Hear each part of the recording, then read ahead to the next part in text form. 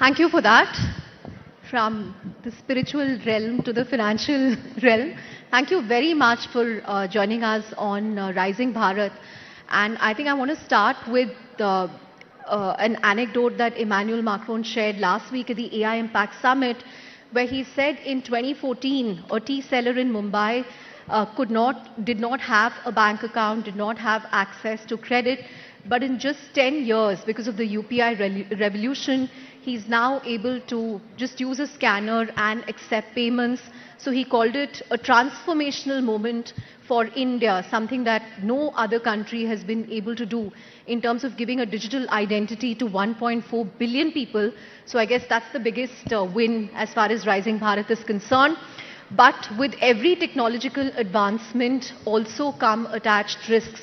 So while we've seen rapid strides in digital payments, digital credit, we've also seen instances of digital arrests, cyber frauds, especially for people over 60, over 70, senior citizens, hard-earned savings being lost this way.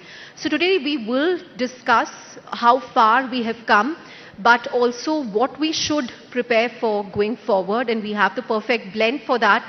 We have a regulator view, a lender view, a credit view, and the risk view. So, a very good mix of all four. But let's start with the regulator view. We are talking about Rising Bharat, sir, and I just want to ask you, SEBI has been talking a lot about leveraging technology, leveraging AI for investor protection, for user protection. But what really separates what we are doing in India, how we are able to do this better than other countries? Because the scale is so huge, the scope is so huge. I'm sure the amount of complaints that you have to deal with are exponentially higher than what other countries face. So take us through that. Yeah, thank you, Chandra. And really a very entertaining session we had just before this one. Talking about what we are doing at SEBI. So SEBI regulate capital market, and we can proudly say that there are some initiative which we have taken to protect investor interest, to develop market, to deepen market integrity, which no other country has done. And after we have done that, other countries are taking steps. So this is exactly what Prime Minister was referring yesterday, Rising Bharat, something that we are doing on our own. So I will just give three examples. There are more examples, but just to touch three examples. The first one relates to how we do settlement, trading and everything. So we were the first country to have T+1 settlement. And, it is only after us, US came out with T+1 settlement. And by that time, we were experimenting with T+0 settlement, which means faster settlement. You sell your stock today, you will get money tomorrow, or the other way around, you pay money today, you will get your stock tomorrow, which brings a lot of efficiency in the market, reduces chances for manipulations. So this is one thing, and not only that, in the case of settlement, there was one case which we had many years ago, when brokers who was handling client securities pledged that security with banks, and then that broker went bankrupt. Now, who will lose the security? Banks will say, I want to encash this security. If you and bank encashes that security, the investor lose their security without their fault. So that case is still going on in Supreme Court. SAT has given a verdict, but somebody has to lose. So, but that's not ideal for the market. So you must have sufficient system in place that nobody loses. And therefore, SEBI came out using technology with a system where there is a system of pledging, repledging, but security remains in customer account. Even when customer sells the security, we have come out with a system where is upstreaming of fund and direct payout of securities, where the fund and securities go directly to the client's account and not through broker's account. This kind of system is nowhere in the world. We are the first one to do it so that the fraud doesn't take place. We have a unique system where clearing corporation has full visibility of the client level visibility, not broker level visibility. All other countries only know brokers level visibility. That means broker can use one client fund against another client's obligations. This cannot happen in India. So once again, this prevents fraud. So we can proudly say the way our stock market works, settlement, margining system, pledging, repledging is unique in the world, and many countries came us, we showed it to them and they were hugely impressed and they want to implement that system in their country. So that is one part. My second part is on assured return. We allow mutual fund because their NAV is very transparent, so they publish their performance of their various schemes in a very transparent manner. But if there is an algo provider, if there is an investment analyst, research analyst, they cannot publish their result because they can pick and choose whatever advice they are giving. If their advice has worked, they will say, I will only show that advice. If that advice did not work, they will not show that advice. But therefore, we prevented them from publishing their result. So they came out to us that how can you prevent us? How will I win my clients? So once again, using technology, we have come out with a system which is unique in the world. No other country has this system. What we have a Parva, NSE and CARE together have developed a system which is right now on trial basis. More than 25 people have already registered in that system. So in that system, algo provider or IARA, they come on board right from the beginning. So whatever is their advice, performance gets monitored on real-time basis, and then after a period of 3 months or 6 months, a result is published, whether their advice did well or did not do well, or how much return it gave, or algorithm, how much return it generated. So that is a transparent way of publishing your result. That pilot project will get over in March or April, and from May or June, we will actually have a full-fledged system, which I can proudly say is nowhere else in the world. The third point which you raised about cyber fraud, that digital arrest, different kind of fraud takes place in security market, where you will get a fake app, fake payment link. So lot of people have lost money, and it is not uneducated people. Many of people who are well educated and professional like you, doctors, engineers, chartered accountants, they all highly placed professionals, retired people have lost crores of rupees because they think that app is genuine. It is Zerodha app or it is Grow app, but it is a fake app. So they put their money over there through a payment link, which is not a verified payment link, and they lose money immediately because the money goes to the scamster. What they show you in fake app is completely fake system, and you think your money is going up. When you want to withdraw, then they disappear. Lot of people have lost crores of rupees in this. So what SEBI has come out using technology is a SEBI check. So this SEBI check can be, there is a link which can be through an app. So we have an app also, Sarthi 2.0. Investors can download, or if they don't want to download the app, there is a link on our website. You use that link and you scan the QR code of the payment link. It will show you it is a genuine or a fake one. Genuine means only from security market perspective. So, and that, or there is another system there that you can enter bank account number and IFSC number in that SEBI check. If this bank account is of a market intermediary, capital market intermediary, then it will say, yes, you can make the payment. It is verified. So that way, through SEBI check, you can actually know, particularly if you are making a big payment to somebody, that whether your money is going to the right person. So that SEBI check has initiative we are popularizing through advertisement. We are going to all colleges, universities, telling students, actually demonstrating that SEBI check to them. Yesterday also I was in quite a big university, thousands of students. We demonstrated how this SEBI check is to be used, because this is one thing we feel that, once again, this is not anywhere else. we have also done very important step, which is right now only with Google Play Store, not with Apple Play Store, is if you open your Android phone Play Store and you type any, want to download any capital market, security market intermediaries, let's say Grow, Zerodha, Motilal, anybody's app, it will show verified.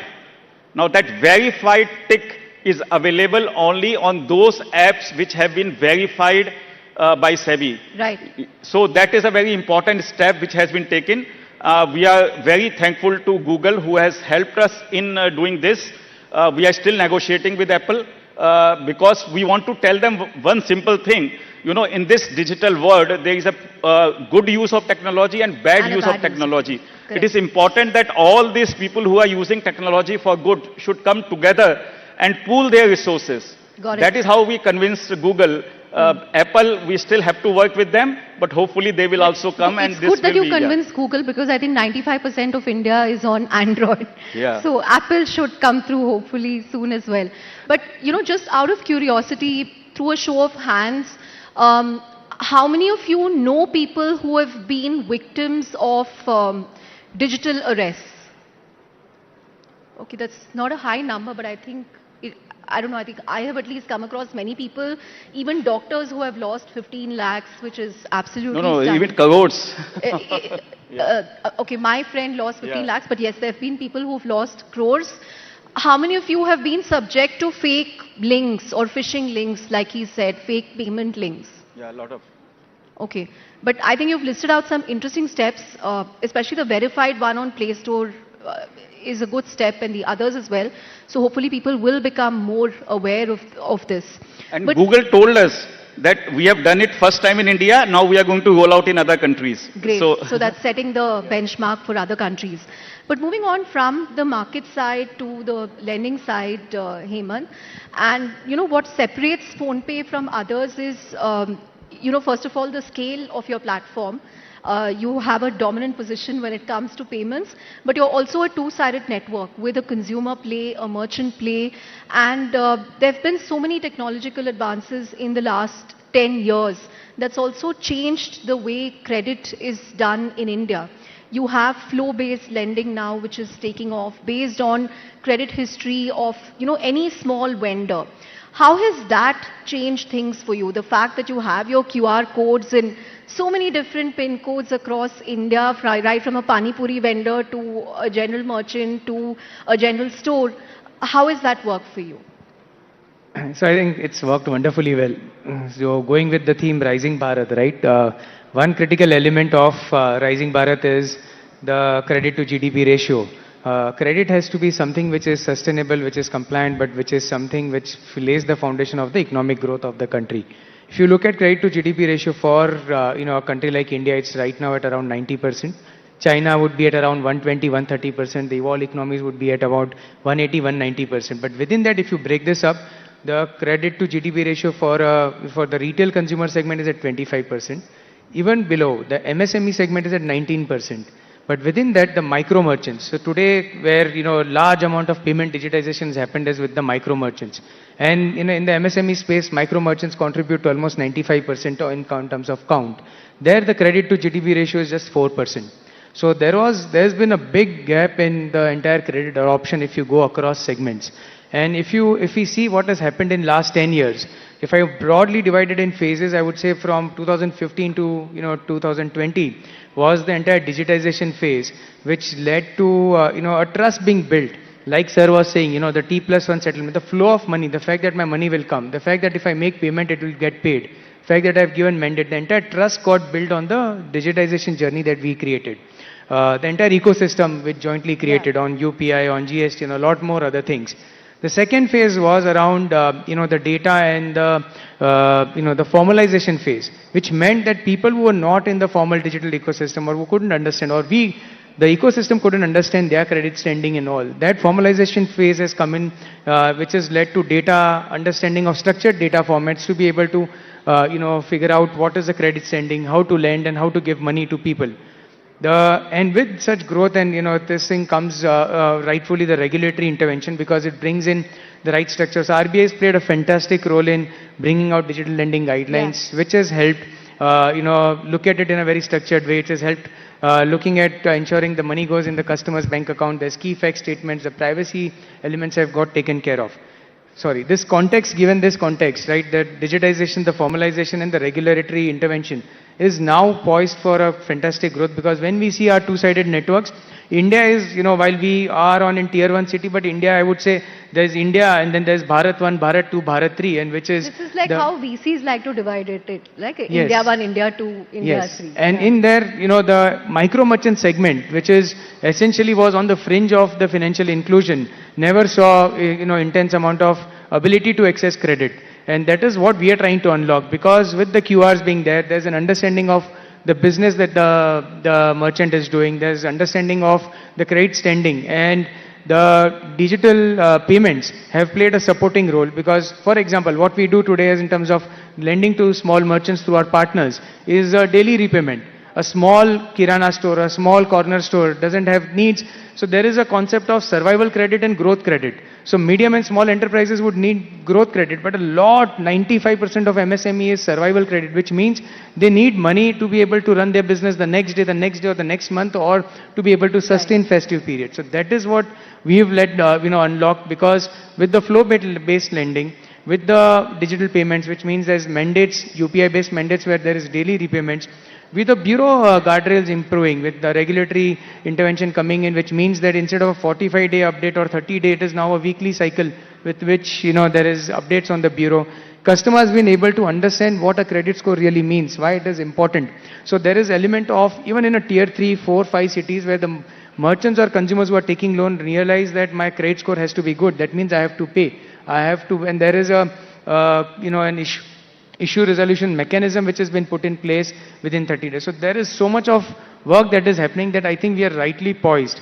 And that is what we are leveraging at PhonePe in a very sustainable way, where, ensuring that customers, not just in tier 1, but 3, 4, 5 cities, towns, villages get access to credit.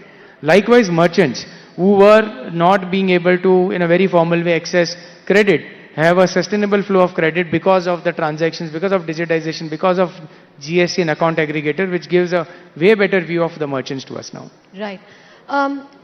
Aditya, if I can just come to you, and this is a two-part question.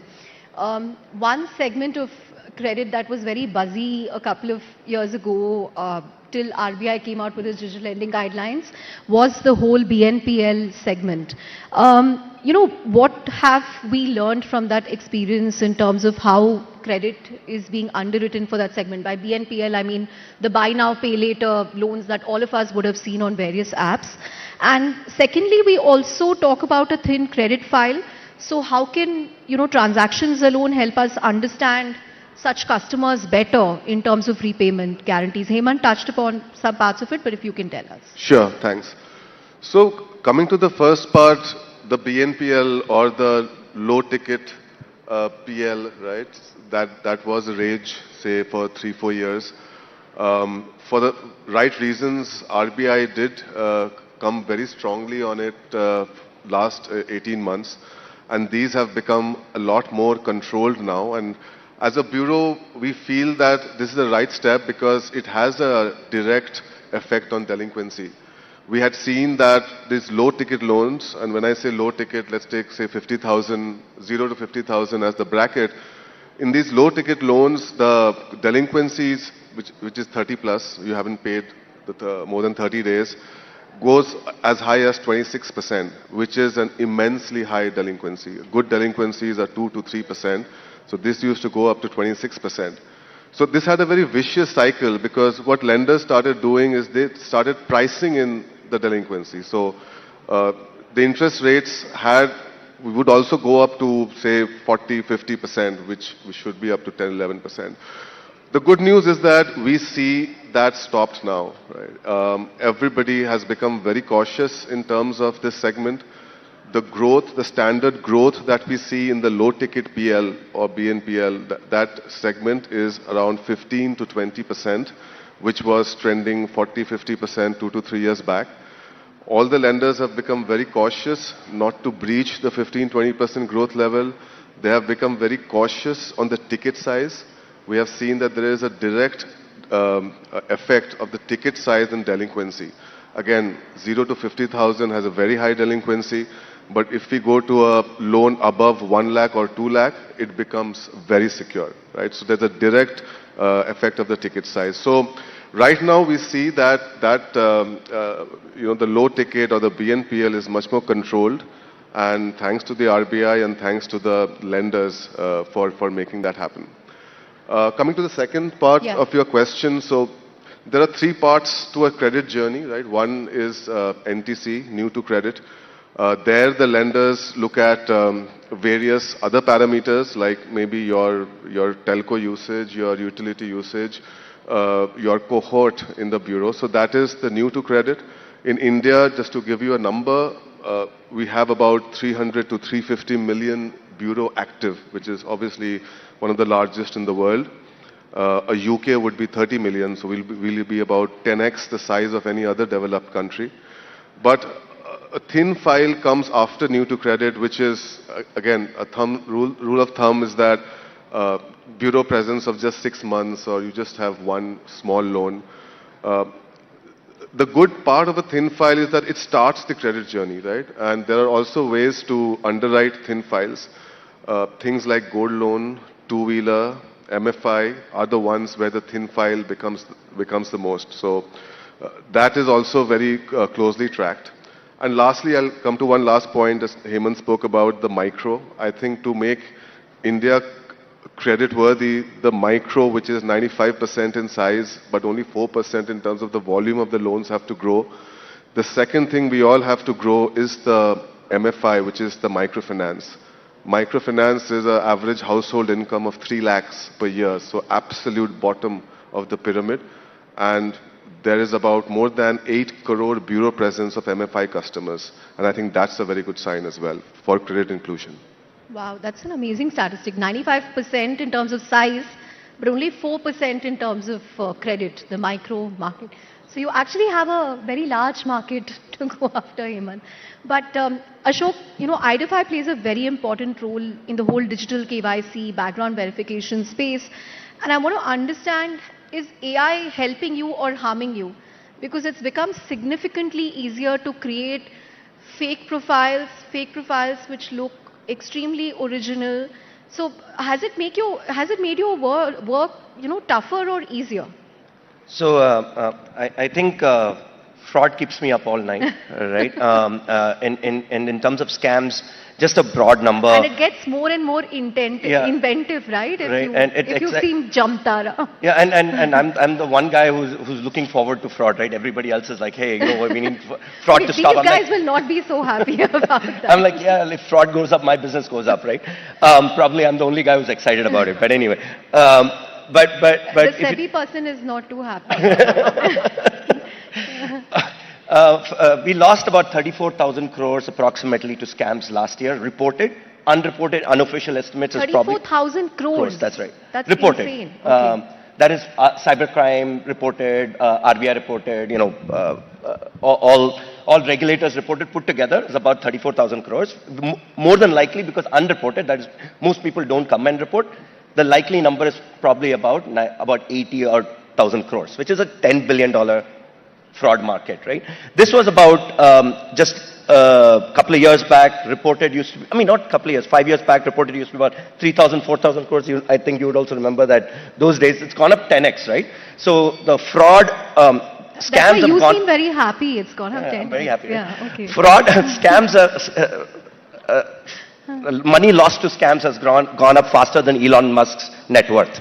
Right? So in that context, to your question, we are seeing a lot more AI originated fraud. That is, what's one of the things with digitization is that once you remove the person from physical contact, it's easier to commit fraud in some sense, right? Because you can kind of run engines on top of that, and you're not meeting the person, so he can actually, if he gets through a hole, he can attack that 100 times. Earlier, he could probably attack that only once. That's an unfortunate sort of side effect of fraud, and obviously, fraudsters use all kinds of tools, and they are usually one or two steps ahead of us. So we kind of plug a hole and then they figure out another one. But today, in terms of deepfakes, we are able to catch that. In fact, PhonePe is one of our customers in that end.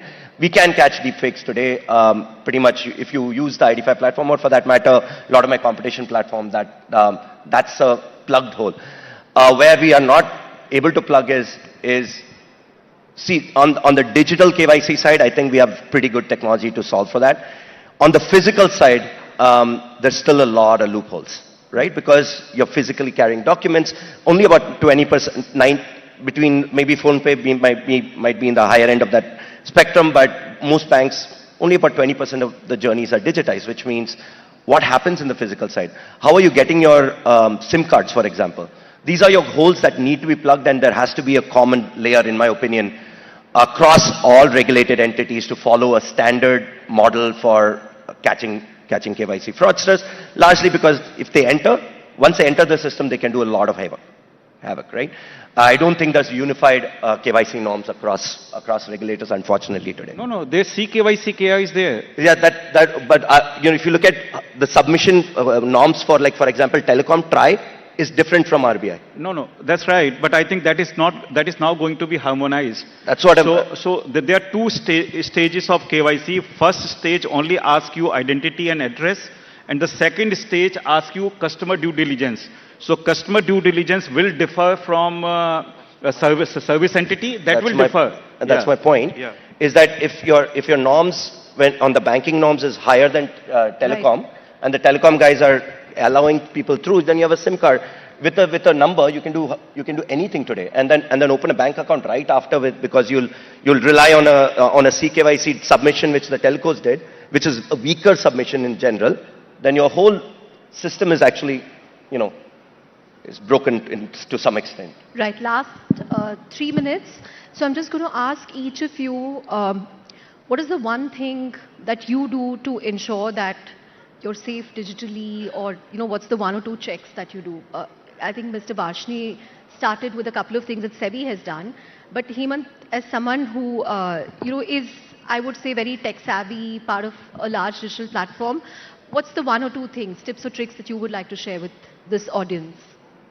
I mean, this is an ever-catching, game, and you need to be, I think, the awareness, right, being on top of, just being aware of what is happening. For us, at the company level at PhonePe, it's our DNA. I mean, fraud is something which we've been working with for last 10 years across with everyone in the ecosystem, with NPCI, banks, with government, continuously relaying and trying to, understand what the fraud patterns are and just be on the top of it. So that's why we've been able to proactively, the fact that, UPI is a device SIM-binded protocol, which ensures that you still have, fair amount of guardrails built in there. But FRA fraud risk is a continuous journey, which we attempt to be on top of it. I think creating awareness and just being aware. I mean, a lot of times it is just about, that small incentive that comes your way, saying, that bait comes your way, or there's a fear mongering which gets created. You just need to be, friends, family, be aware of it. Don't play into the fear and don't play into the incentive. It probably isn't. Sorry? If something is too good to be true, yes, it's probably so incentive not. and fear mongering are the two things which, just play out on human, psychology, which, we need to be just continuously be on top of. Right. Aditya, quickly your thoughts. So, as a bureau is mostly a custodian of data. We don't generate data, or we cannot, in fact, have any modifications done to the data. But what we take care of is that the interaction that we do for a credit report is purely based on consent. That's very important for our business. That is very important from the regulator.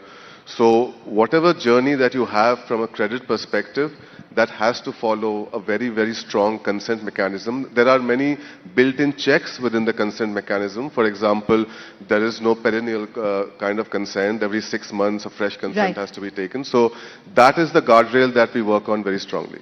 Ashok? What's the question? What are the one or two tips or tricks that you would like to share? Yeah, as someone who sees these frauds? Yeah, I think I don't pick up phones numbers which I don't recognize. But what if it's a reporter who doesn't know you? I don't pick it up somewhere. Yes, they have to get through someone else. But essentially, I mean, don't, I'll give an example, maybe just a short anecdote. My father-in-law passed away about 2 years ago. Just the day after, my wife got a call, and the call basically the guy said, "Beta, आपके पापा ने मेरे पास कुछ 50,000 छोड़ के गए हैं, आपको transfer करना है मेरे को वापस, give me your account number." My wife, in that emotional turmoil, gave the account number to transfer. The SMS came in. It sounded like HDFC, but the number was not an HDFC number. Fortunately, she's married to me, and I keep talking about fraud, so she didn't. And then right after the call came back again, "Beta, गलती से मैंने कुछ 75,000 transfer कर दिया, आप वापस मेरे को 25,000 transfer कर दीजिए." Now the problem here is, how did he know that the father passed away? Who leaked that data? It's either my security guard, the hospital, the government, that's, wherever we got the death certificate from, the ambulance, or the hospital, right? Now, if that data is leaked, what are they doing? They are attacking you at the most emotionally distraught state, because you're not going to be thinking normally. So when you're making transfers, one of the first things to think about is just step back, think through whether this sounds right. It's not just about greed. Like, there are 3-4 things. One is greed. Other one is emotional turmoil. Other one is stupidity. These are the 3 reasons that fraudsters use, right? So We're out of time, sir, but final word to you. Anything that you would like to say in 10-15 seconds on how people should be more aware and vigilant? No, I think from SEBI perspective, probably technology, I have already touched upon what steps we are taking and we will continue to take. But the special emphasis is right now on investor education. And we are, all our market intermediaries, infrastructure institutions, SEBI, we are reaching out to all villages through panchayat, to students and all, and creating this awareness about the kind of frauds which are taking place and what is the right way of investing. So hopefully with that kind of educational initiative that we are taking, there would be some change. Great. On that note, this has been a very informative, enlightening panel. Thank you very much. A huge round of applause for our speaker.